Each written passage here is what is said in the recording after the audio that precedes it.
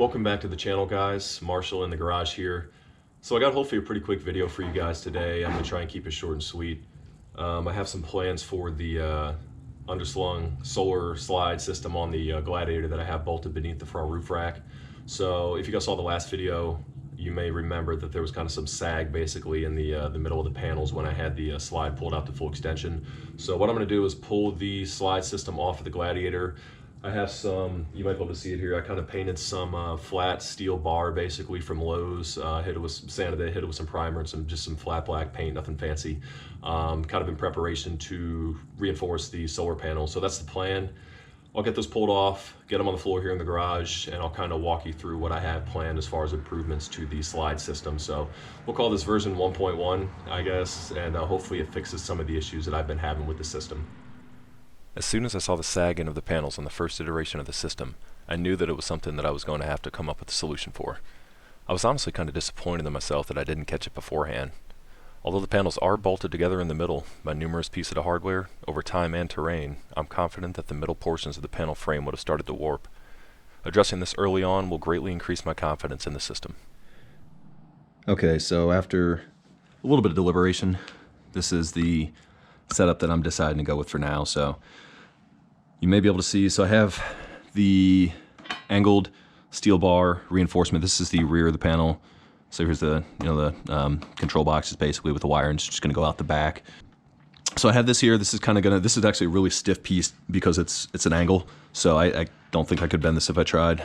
So this will be great, I think, for supporting the back end. It's kind of hard to do with one hand, but there's that. So that'll be in place.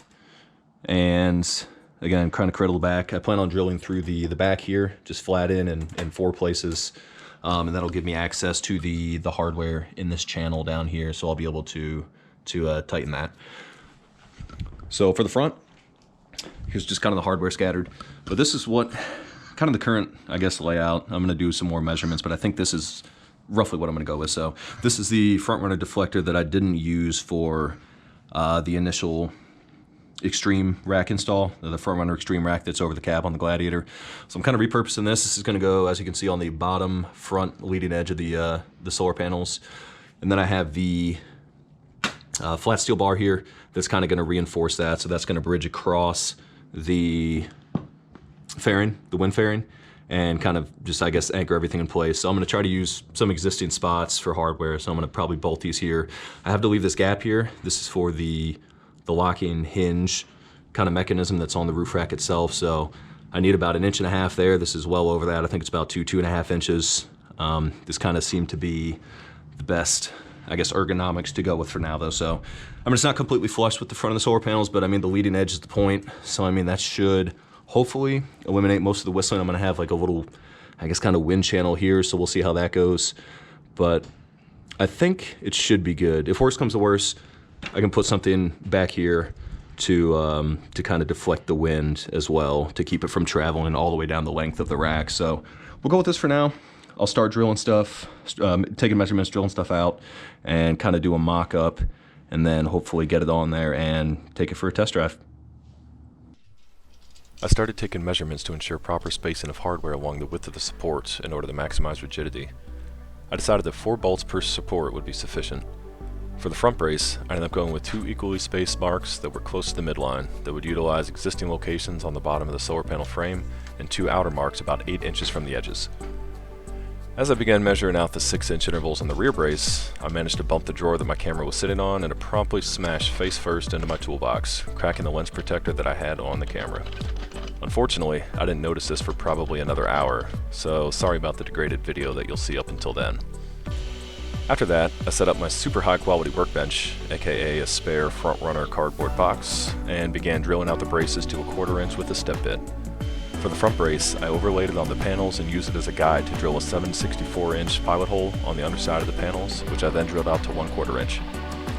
For the rear brace, I did the same, only to discover that there wasn't enough clearance behind the panel to install my hardware. I used a metal cutting wheel on my Dremel to turn the 1/4 inch holes that I drilled on the rear brace into open channels for more adjustability. After doing so, I was able to find enough clearance for the nylock nuts. I had about 6 hours invested into each of the metal bars, so I really wasn't getting too bent out of shape about experimenting. Luckily, everything ended up working out pretty well. I hit the bolts with a light torque impact, then hand torqued everything together with a 3/8 inch ratchet. All right, and that's actually it. Pretty short and sweet. Not bad. Actually, I think it fixed about 95% of the flex probably. I had it standing up on its back, and I kind of put my hip into it, and I was actually forcefully trying to bend the panels. So if I barely saw any flex whatsoever. So I mean, if I'm able to do that without it flexing, I highly doubt that the weight of it itself is going to be able to flex it at all, because the panels put together, the whole frame and the panels probably don't weigh any more than about 40 pounds. So really the only thing that I'm kind of uncertain about is going to be these fairings. We'll see how this works out. As far as fitment, I mean, I know everything should fit as far as the lock. There's width-wise and depth-wise clearance in here, so we'll kind of see how that works. But for now, I think this is a really good start towards improving it. All right, so it's up there, and I'm actually pleasantly surprised how well everything fits. The latch, the kind of cross beam that I have up here, is maybe a 1/16 of an inch too far out for this to latch. So I'm gonna take a Dremel to that real quick, just grind it down just a tiny bit to give it the clearance that it needs to actually lock shut on this mechanism. And we'll go from there. I'll pull it out really quick so you guys can see that the sag is gone. And I think I'll call it a day.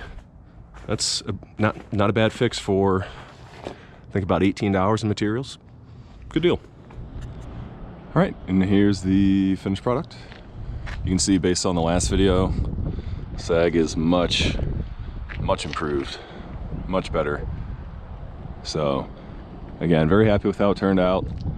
And there's just kind of I'll just repaint that real quick, but there's kind of the little piece of the bracket that I ground down to provide clearance for the lock-in mechanism.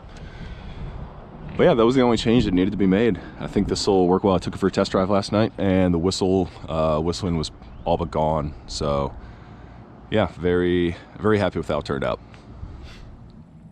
So I think that's it, guys. As you can see behind me, it's dark out. The project took a little bit longer than expected, but I think it was worth the time investment. The thing's working a lot better, so very pleased with the modification for now. I think I'll leave it like that for a little bit unless something else pops up, you know, where I can find to improve it. But for now, it's going to sit like that. So yeah, thanks for checking out the video, guys. You guys know the drill. If you're interested in the videos, if you like the content I put out, please hit that subscribe button, click like, hit the bell if you guys want notifications when I post new videos. More content to come as usual. So again, my name is Marshall. Look forward to more trip videos coming up soon. I'm hoping to be able to get out east to Smoky Mountain National Park here within the next month or so. So look forward to that kind of trip vlog, that trip video. But thanks for stopping by, guys. I'll see you next time.